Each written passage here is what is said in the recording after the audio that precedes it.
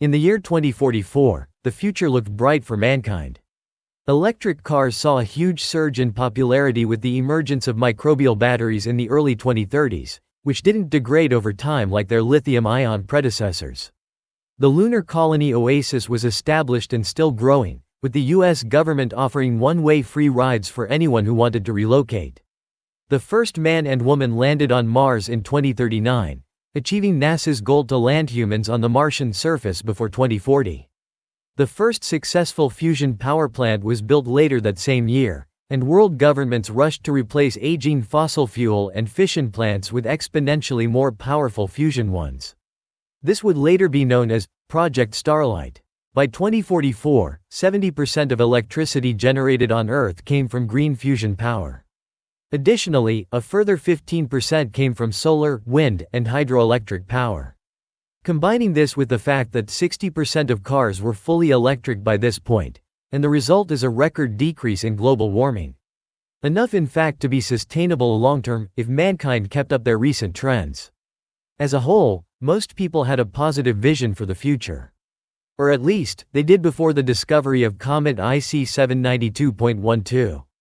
NASA's Solar Observation Program, launched in 2029, was an idea that no one really wanted to spend money on but couldn't really argue with. The idea was to place 4 probes in the same orbit around the Sun, 90 degrees offset from each other. By doing this, you can monitor the whole solar system at once. The hope was that if an asteroid or comet were to have its orbit destabilize, we would be able to immediately notice. If one happened to be on a collision course with Earth, this would give us the most time to form a plan. So the program was funded, the probes launched, and the surveillance AI trained. And there they sat, nearly forgotten about for a decade and a half. Until February 2, 2044. The worst day in human history. It was the day that humanity foretold its own demise. Comet IC 792.12 was an unusually large icy comet, originating from the Kuiper Belt. It was similar to asteroid Chicxulub, the asteroid that wiped out the dinosaurs, in size, roughly 5% larger in overall mass.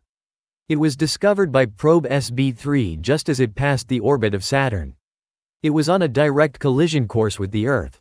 Supercomputers and AIs around the globe crunched the numbers and calculated that the comet would strike the Earth in just over 5 years. Specifically sometime in between the 10th and the 17th of March, 2049. The day that the human race would end was named Judgment Day. The UN voted to place a gag order on the topic temporarily, but the story was leaked to the media within a month. Global rates of rioting, terrorism, crime, and suicide saw an immediate spike as a result. With the literal end of the human race in sight, world governments threw aside old rivalries for the sake of the greater good. In the most powerful display of human cooperation the world had ever seen, mankind came together, pooling its resources and great minds on what became known as the Endurance Project. From early on, it was known that nothing could be done about the comet. Even the combined nuclear arsenal of mankind is pitifully insignificant in the face of a literal planetoid. Every simulation said that the result would be a maximum 8% reduction in overall mass of the comet, and a 0.03% reduction in its velocity. For Earth and nearly all of mankind, things truly were hopeless. That didn't mean that humanity was simply going to give up and cease to exist. We didn't intend to go out without a fight. Over the next several years, infrastructure between the Earth and the Moon was drastically increased. Oasis had tripled in size by halfway through 2046, and tripled again by 2048. On the surface, the project was about making Oasis entirely self-sufficient so that it could survive the fall of Earth. Fusion power, water reclaiming stations, automated plants to harvest the ice at the Moon's poles for hydrogen fuel and breathable oxygen, cloned plant and animal material for food. It was truly astonishing what mankind could pull off when given a common enemy and a common goal. Just over 200,000 people had made off Earth by the time Judgment Day came, killing every person left on Earth, as well as most complex life on the planet. Dust from the initial impact, as well as smoke from the majority of the surface having been set ablaze, triggered a miniature ice age. Not as cold, and nowhere near as long-lasting, as an actual ice age, but enough to freeze the oceans over and kill most remaining plant life. Over the next months and years, the survivors on the oasis watched the beautiful blue-green of Earth slowly turn to the cold, gray-brown of death. The people living in the oasis were living on borrowed time, and the founders of Project Endurance knew this would happen. Without access to certain resources, Oasis's life support systems would begin to fail and eventually die altogether.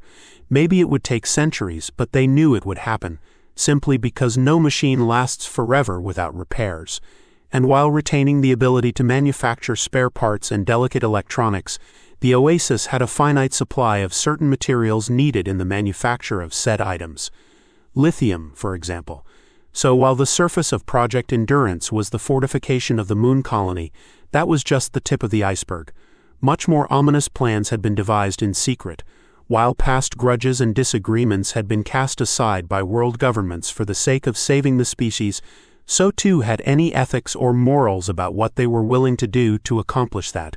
Medically induced states of stasis, or better known as cryogenics, had been an experiment conducted nearly a decade earlier. It was discovered in the mid-2030s that by putting someone in a state of ultra-hibernation, bodily functions could be slowed to the point where one could theoretically survive for centuries or more in this state.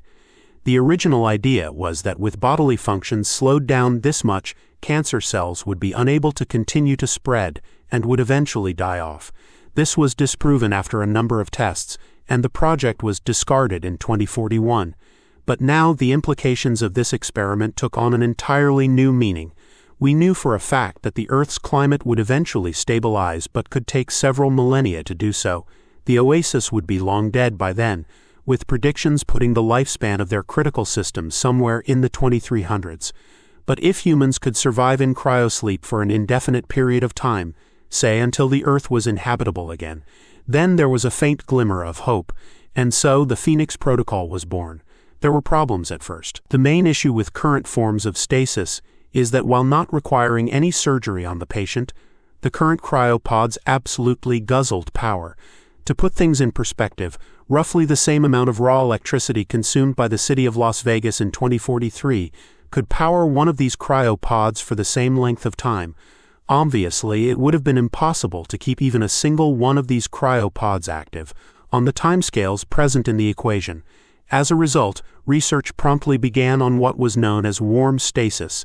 The basic idea was that if you surgically placed implants in and around a subject's brain and tapped into it directly, you could manipulate it to slow itself down, rather than forcefully doing so with temperatures nearing absolute zero.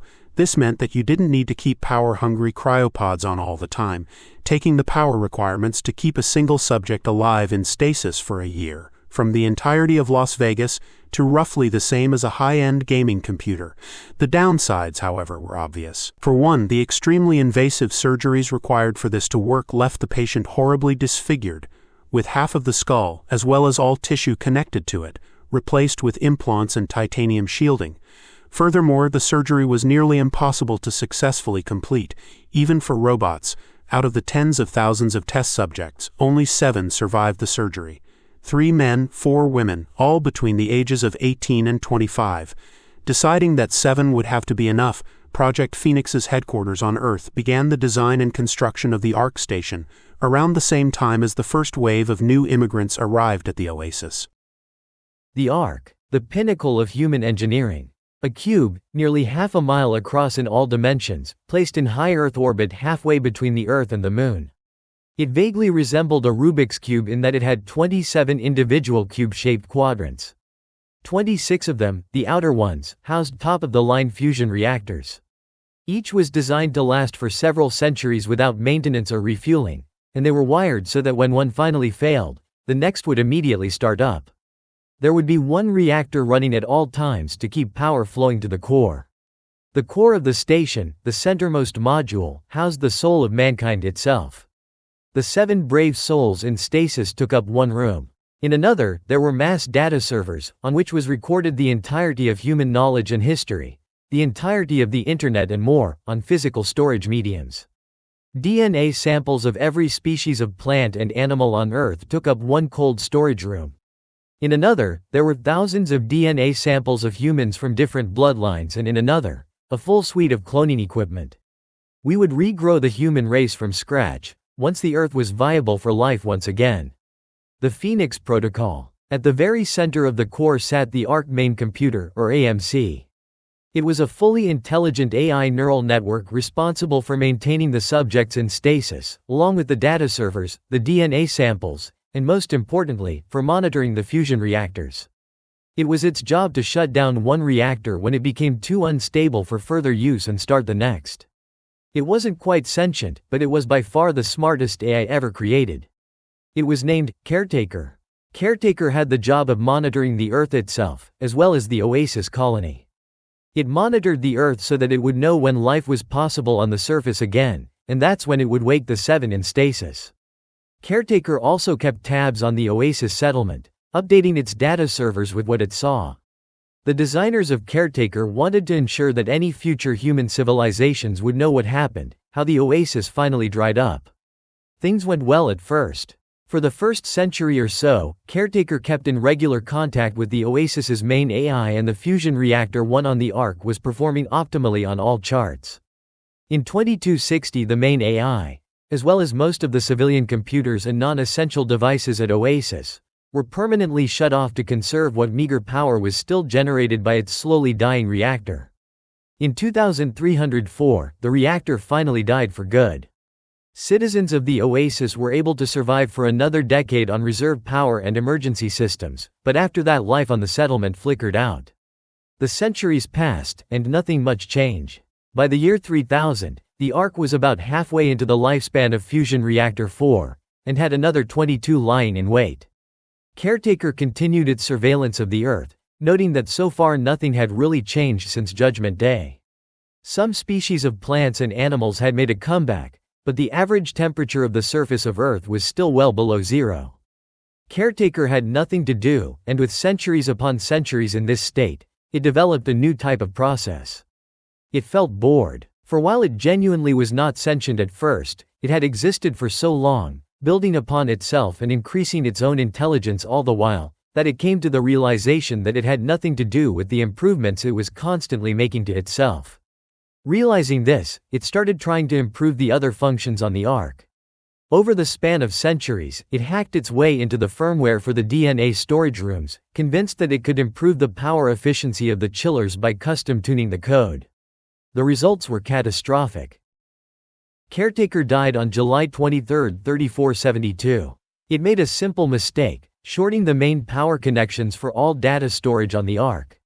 The vault of human knowledge was corrupted, as well as the vast majority of Caretaker's neural network. In a last-ditch effort to save itself, Caretaker was able to isolate one singular data node from the rest of the neural network's power grid and keep it running, but this came at a cost. Caretaker was crippled. It was no longer an intelligent AI, able to think and make its own decisions. With only a single node's worth of data storage and processing power where there were originally tens of thousands, it was only able to retain its absolute core functions. It had about the same level of intelligence as an early 21st century laptop. Sure, it could keep the power flowing to the stasis chambers and the DNA storage, and it could shut down one reactor as it died and start the next, but it no longer had the ability to monitor Earth. It did not retain the ability to decide when to wake those in stasis, and so it couldn't. The only way left to open the stasis pods was with the manual controls, and of course, there was no one left to operate them. And so the millennia passed by, and the Arc remained unchanged. By the mid-52nd century, Earth had mostly healed. Complex plant and animal life existed on the surface again, and the ice had receded. It was still colder on average than before, but manageably so. If Caretaker had survived, it would have chosen this moment to begin the Phoenix Protocol. But it hadn't, so those in stasis remained there for eons. By the year 6000, the Arc was on Fusion Reactor 16. By 8000, Reactor 20. The beautiful thing about space is, it's free of natural degradation. No weather, atmosphere, or gravity meant no erosion, rust, or decay. The Arc simply existed, nearly free from time itself. But its internal systems were not. Even seemingly endless power will eventually run out. So as the millennia passed, and more of the Arc's sectors went dark, the last survivors of the human race teetered on the hairy edge of existence.